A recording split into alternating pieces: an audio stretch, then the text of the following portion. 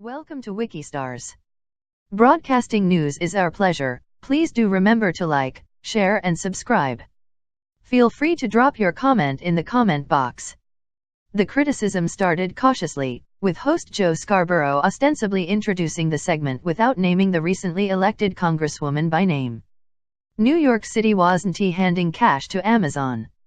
It was an incentive program based on job creation producing tax revenue, Scarborough said, adding there isn't a $3 billion pile of money that can now be spent on subways or education. But Donny Deutsch played his role of the bull in a china shop and openly invited AOC to criticize him on Twitter, because that would likely promote his brand. Deutsch made his concerns plain, saying we are in a dangerous place, and if people in the party doesn't start to speak up against people like Alexandria Ocasio-Cortez, who is young and dynamic but does not know what she is talking about, they're going to hand the presidency back to Donald Trump. But it was Susan Del Percio dropped the most significant diss of Representative Ocasio-Cortez, saying what is shocking to me is once again she shows how little she understands not just economics but even unemployment. She is the one who said the reason unemployment is so low is because a lot of people have two jobs. She needs to learn basic things about what it is to be a representative. Mika Brzezinski ended the pile-on in a nice but not nice manner, saying I watch AOC with a lot of hope but I am cringing, and I would love to give her some advice. I am honestly surprised at how stupid AOC was about this, and I really look forward to further mocking her on her future idiotic endeavors. Welcome to Wikistars. Loss of 25,000 high-paying jobs that most of the people in her district and most of the people in New York wanted.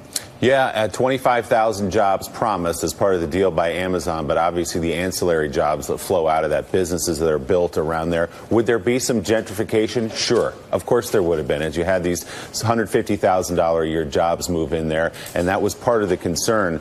But think about what comes out of that. Think about all the businesses that are built and the people that are hired and the dry cleaners and the restaurants and everything that flows out of 25,000 jobs coming in. Susan, you've worked in New York City politics for a very long time.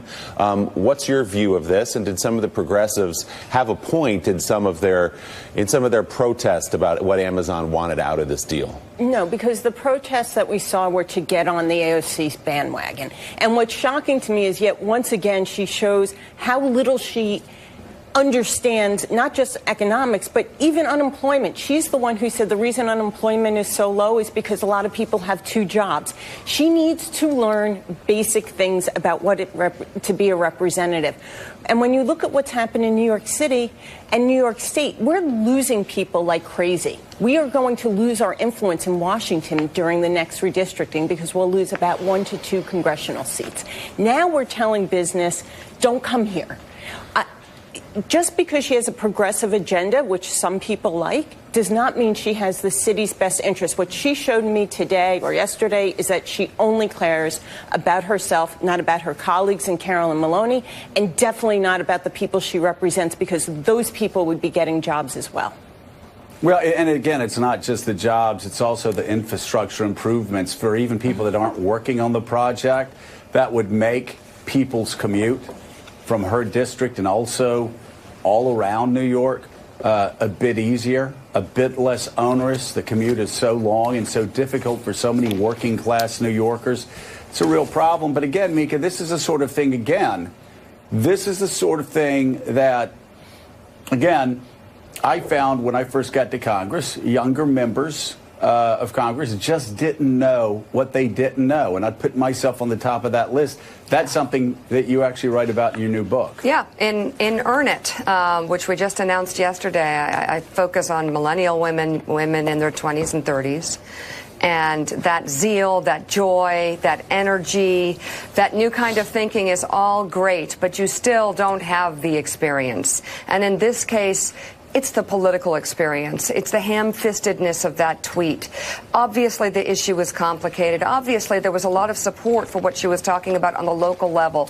It is always more complicated, but in politics, it's clear, and she needs to follow some of the more successful, more mature members. I would suggest Nancy Pelosi would be a great example, but you don't know what you don't know, and you're going to step in it if you're not careful, and they have a few times, and I watch AOC with a lot of hope, but I'm also cringing. Well, you know, because I would love to give her some advice. Again, you just did. We've all stepped in it. We've all and still do. We've all known what big time. Didn't know what we didn't know, and unfortunately, in this case.